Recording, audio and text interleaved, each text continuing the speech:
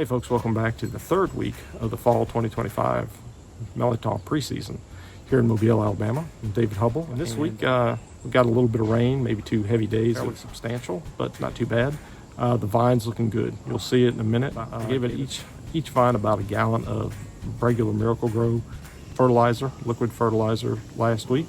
I'll talk a little bit more about that in the video. I chose not to do any of the spray and grow micronutrients again because I remembered some information that I had read on the directions, so you'll hear me talk about that in the video as well. So let's go check out the vine so you can see what we got.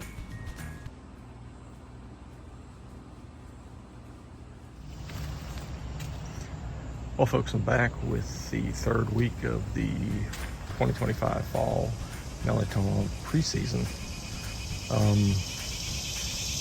Back here on a morning viewing. We had some rain here in Mobile, I guess Thursday and Friday, Saturday morning I think. So we had a pretty good rain, pretty substantial amount this week. You can see the after effects of me fertilizing with Miracle-Gro, plus the little cooler temperatures. We're only supposed to get in like the 70s and 80s this week. But you can tell we've got a lot of new shoots and maybe like I was talking about, the little grouping of some of these nodes coming out there. Still have these stink bugs hanging around, but one little word about fertilizing this late in the season is that with it being mid-August and the official start of Mirliton season being around September 15th, the problem you could run into is that you could spur more growth in the vine, but it could detract from the production of flowers. And all it could mean is that it might delay the onset of buds and flowers in your garden or in your Mirliton. So I chose to do that, like I said, because as you can see stepping back here, those who've watched for years, usually the vine has gone all the way into the citrus trees, but not this year.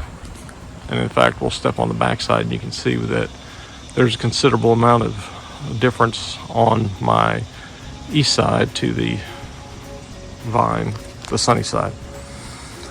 But anyway, I chose to do it because given the fact that I'd have about a month of strong growing to do, and the vine can grow pretty substantial in that time, I chose to go ahead and do that. And in some cases, I've even given that advice to people whose plants look a little puny. The thought is that if I'd rather you try to get some, breathe a little life into your vines and maybe save them, as opposed to not doing anything, hoping that it'll fruit. And in reality, the plant's not even be strong enough to do it. So it's a trade-off. But anyway, did not put any of the spray and grow like I thought I was going to do last week, because really I remembered that it said apply it a month before flowering starts for fruit trees and such. So I'm treating it like that, and I didn't want to overdo that. So anyway, we'll take a little deeper dive in. You can see still got yellow leaves here. Once again, I'm not worried about it being anything necessarily detrimental. I just think that it's just part of the cycle. So this is the main vine here, still doing pretty good.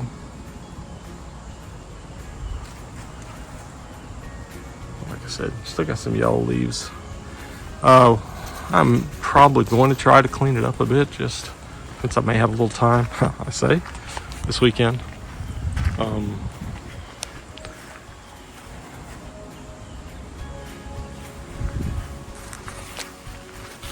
Especially this one's really taken off. This is the newest one I planted. Let's go hop around the back end.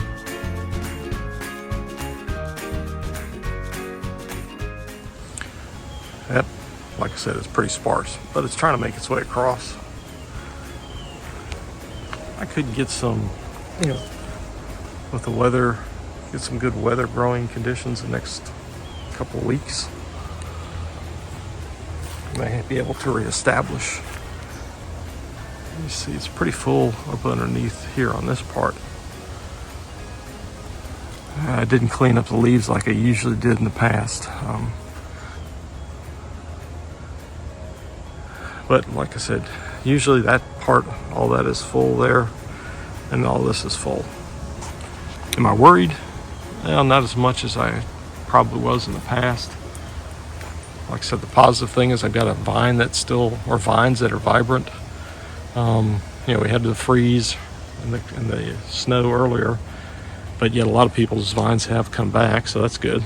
I'm just hoping that I can get through this and end up with a handful or 10 or so per plant. So we'll see. So this week I think what I'll just do is I'll just clean up these yellow leaves a bit. I think it's going to be not a lot of rain this week, so I may make sure I at least get it watered once this week. And of course try to keep those squirrels off of the new growth. That's about it. So anyway, there you go, folks. Vine's looking pretty fabulous in my opinion right now. Only thing I could wish for is maybe it was double the size. But other than that, I'm not going to complain too much. I'm going to clean up the yellow leaves, like I said, and from that point, just let it ride. I'm hoping that the next 3 weeks episodes are probably going to be really boring. But boring is good in this case because we're just contemplating, letting the vine hopefully continue to grow, start maybe seeing some of the signs, the precursors to the blooming and the flowering, and give you a better idea of what to expect when you're expecting with the Mirliton vines. So anyway, hopefully this video has been helpful to you. If it has, please share it with all your Mirliton loving friends. And if you liked it, please give it a like. If you have any questions, leave them in the comment section below or send them to me at rpcajun2r@gmail.com.